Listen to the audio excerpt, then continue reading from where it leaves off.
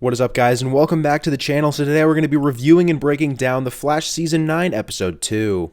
So guys, the episode starts with Barry and Team Flash standing before the new Caitlin character. So they eventually find out that this new Caitlin character is called Snow, and apparently this character is like completely different from Caitlin or Frost. Like, she has no memory of them, and she's not connected to them at all. So she just has, their body. Of course, this makes, Barry angry, as Caitlin was one of Barry's closest friends, so he accuses Mark of being the cause for all this. And then Mark tells Barry that Caitlin is dead, but Mark also has a plan to bring her back. Now, then Caitlin's character and Mark actually have something else up their sleeve, and that is bringing back Frost instead of Caitlin, with Mark's plan, that Team Flash thought would be bringing back Caitlin, bringing back Frost instead. But honestly, this whole Caitlin stuff, this storyline just seems kind of unnecessary. I mean, why not just have the regular Caitlin for the entire final season, right? Like, why not just kill off Frost and then just have Caitlin for the rest of the show? I think that would definitely have made a lot more sense. So this storyline right here is, really unnecessary.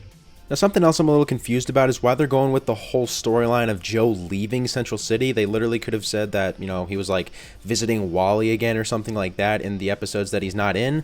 But instead they have him like, wanting to leave Central City, which would mean he would like move away from his house maybe. I don't know. But that just doesn't feel right to me. That just doesn't really make any sense because he kind of just made that decision out of nowhere. So I don't really like that either.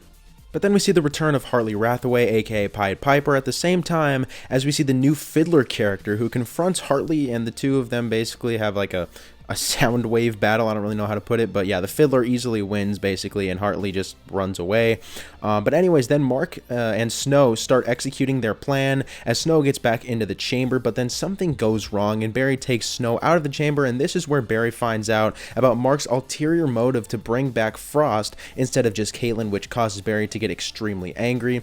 But then back to Hartley. He shows up at Star Labs looking for Caitlin for his injuries, but Barry ends up helping him instead. Obviously Caitlin is a little bit confusing right now. Anyways, Hartley says he was attacked by the Fiddler, which gives us a season 4 reference of the old Fiddler, Izzy Bowen, which is actually pretty cool to hear. I really wish they mentioned Ralph's name because he was like, obviously one of the biggest characters on the show before the actor got fired. But the character is still all right to mention, I would assume. So it was kind of disappointing they didn't mention him at all. But then we get another Red Death scene with her threatening the Fiddler for not getting what she wants. And obviously we know that from the trailer that Red Death is trying to build a time machine. So that's likely what she's referring to there. But then Barry and Mark make up, and they come up with a plan to bring back Caitlin and Frost. And that is using what Thomas Snow, aka Caitlin's father, did when he originally made, Killer Frost. But then after doing some research, Barry and Iris come to the conclusion that they'll only be able to save one of them, not both of them. So they'd only be able to save, Caitlin or only Frost. So Team Flash all vote on who to bring back, with Barry not being able to decide just yet. Now, with all that said, I will say one thing I did like about this episode was that there was a thunderstorm happening throughout it. It gave off a pretty good vibe and fit the story pretty well, I'd say. So yeah, Barry ends up telling Snow that she should be the one to decide what she wants to do in terms of, turning back into Frost or turning into Caitlin. But anyways, then the Fiddler attacks again, and Hartley and Barry are able to take her down. Now, it seemed like Hartley's partner and the rest of his crew were killed by her, but that was, just some vibrational illusion, I guess. So I thought that was kind of interesting. But just as Fiddler was defeated, Captain Boomerang shows up and takes Fiddler and Hartley's gauntlets, which is what Red Death needed. But then Snow makes her own decision, and that is to not bring back Frost or Caitlin and just be herself, which, I mean, I don't really know, like, that doesn't make a lot of sense. I mean, it's the final season, just, like, keep it Caitlin, right? But anyway, she reveals her new name is Keone, which is actually what Caitlin's father named Frost originally when he created her, so I think that was pretty interesting right there. But anyways, then Hartley destroys the chamber, which, would have possibly turned Caitlin or Keone back into Frost or Caitlin, which obviously infuriates Mark. So I hope that, I really hoped that Mark would become like a rogue again, so he could be like a Captain Cold-like character, like I originally wanted him to be, but I doubt that that will be happening because, obviously the trailer showed us Mark working with Goldface and all the other rogues, or ex-rogues, I should say.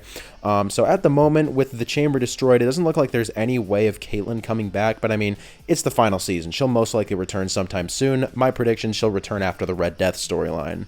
But then at the end, we get another Red Death cliffhanger as we see Red Death using the gauntlets in a machine to, from the looks of it, like free her from something. She stopped vibrating all the time after this happened, so maybe that's what it did. Maybe she's like, nonstop vibrating and couldn't control her speed, something like that. I think is definitely possible. It could also have something to do with, the Red Death possibly being the negative Speed Force avatar. I don't know if it's like, she just connected to the negative Speed Force and just it's unstable or something like that. I don't know. We'll most likely find out about that in the next episode.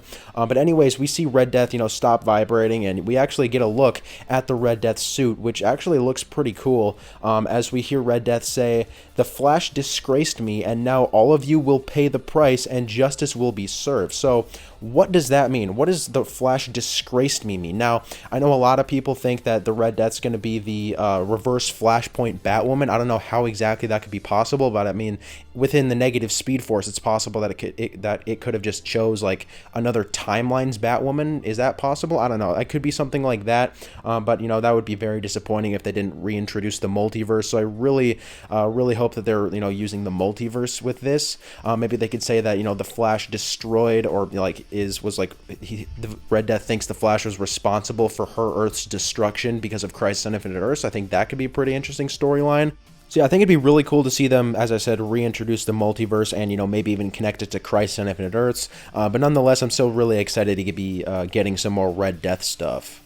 And guys, I will say I do kind of like Keone, or the new Caitlyn character. I do think she's kind of funny.